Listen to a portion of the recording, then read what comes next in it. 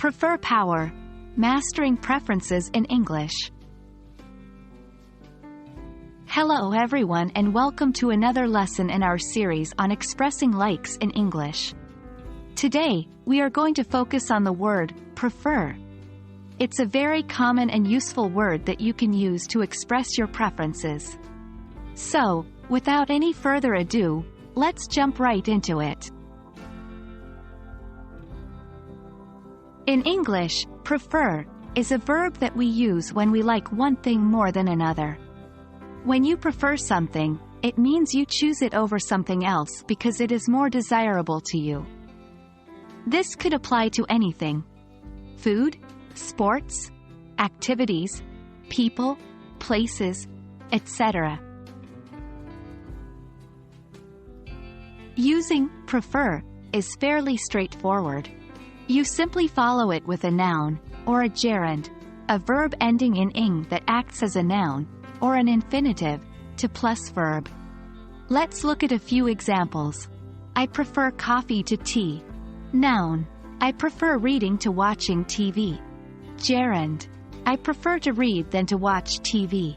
Infinitive. You can also use prefer in more complex sentences. I would prefer you not to smoke in here. Using would prefer to give polite requests or suggestions. It's also important to know the different forms of prefer. These include prefers, preferred, and preferring. They are used to denote different tenses. He prefers basketball to football. Present tense: I preferred the movie to the book. Past tense: she is preferring to stay silent. Present continuous: note this is less commonly used. One common mistake is using then instead of to after prefer. It's more common and natural to use to after prefer.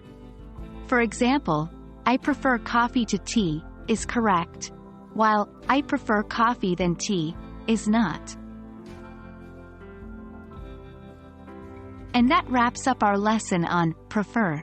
We hope you found this video helpful and now feel more confident expressing your preferences in English.